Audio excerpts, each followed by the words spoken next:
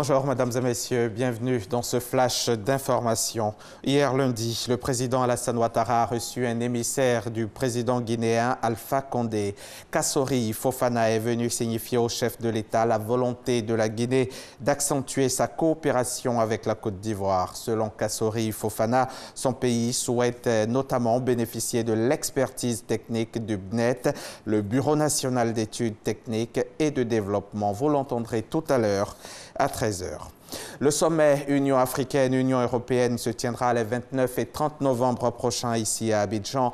Les chefs d'État et de gouvernement africains et européens se rassembleront pour leur 5e sommet qui a pour thème principal « Investir dans la jeunesse pour un avenir durable ».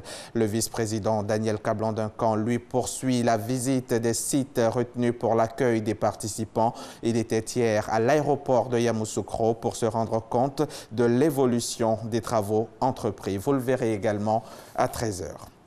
Le NDI, the National Democratic Institute, vient de réaliser une étude sur les violences faites aux femmes dans le milieu politique. L'étude a été menée auprès de 6 partis politiques représentés à l'Assemblée nationale. Elle a permis la réalisation d'un film et un guide pour accroître la participation des femmes aux postes électifs et de décision en Côte d'Ivoire. Le guide a été présenté officiellement jeudi dernier en présence de nos reporters Olivier Iriebi et Abou Sanogo. Selon l'étude menée par le NDI, National Democratic Institute et le comité de coordination pour la participation politique des femmes, les femmes constituent 60% des militants à la base alors qu'elles sont moins représentées au poste électif. En vue d'y apporter des solutions, un film documentaire de 8 capsules intitulé « L'oiseau à 2 ailes » et un guide de 42 pages ont été conçus pour aider les femmes à se positionner. Tout le travail que nous avons voulu faire, c'est de mobiliser la société civile, mais aussi les femmes politiques, à définir ensemble un agenda commun. Un guide accueilli avec beaucoup d'intérêt par les représentants des partis politiques. Je pense que ce sont des bons instruments de campagne, de sensibilisation et de plaidoyer auprès des populations. Il faut voir ce combat en termes de développement social. C'est une prise de conscience de l'ensemble de la population. Sans les femmes, les partis politiques n'en seraient pas. Mais il faut faire en sorte que justement elles jouissent des retombées bénéfiques. L'initiative du NDI est saluée par le ministère de la Femme, de la Protection de l'Enfant et de la Solidarité.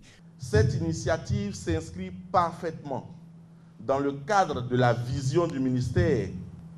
C'est dans ce cadre que le ministère a organisé un atelier de concertation et de plaidoyer avec les parlementaires en vue d'examiner l'avant-projet de loi sur la promotion des droits politiques des femmes au sein des assemblées élues. Les données existantes sur la représentation au poste de décision en Côte d'Ivoire relèvent 11,5% des femmes en 2016, 11,33% au sein des conseils municipaux et 14,97% dans les conseils régionaux en 2012. L'actualité internationale en bref et en images. Le forum de Dakar a commencé hier lundi 13 novembre dans la capitale sénégalaise. Cette rencontre réunit 800 intervenants, acteurs politiques, experts, chercheurs, membres de la société civile et se veut un lieu informel pour évoquer les questions de sécurité. La première journée a été marquée par le débat entre les chefs d'État et hauts responsables d'institutions présents.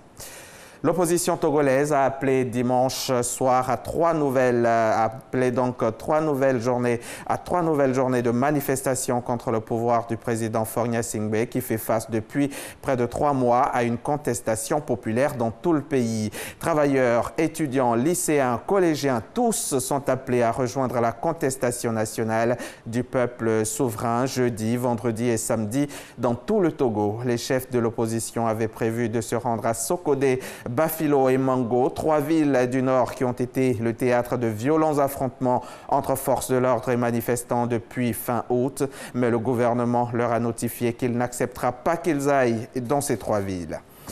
Lors d'une conférence de presse à Harare au Zimbabwe hier lundi, le chef de l'armée, le général Chiwenga, a dénoncé l'éviction du vice-président Emmerson Mnangagwa, démis de ses fonctions la semaine dernière, et réclamé la fin de ce qu'il a qualifié de purge au sein du parti du président Mugabe, le ZANU-PF.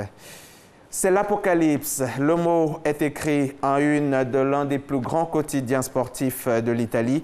Et pour cause, pas de Coupe du Monde en Russie pour la Squadra Azzurra. Pour la première fois depuis 1958, l'équipe nationale italienne va manquer la phase finale d'un mondial de football.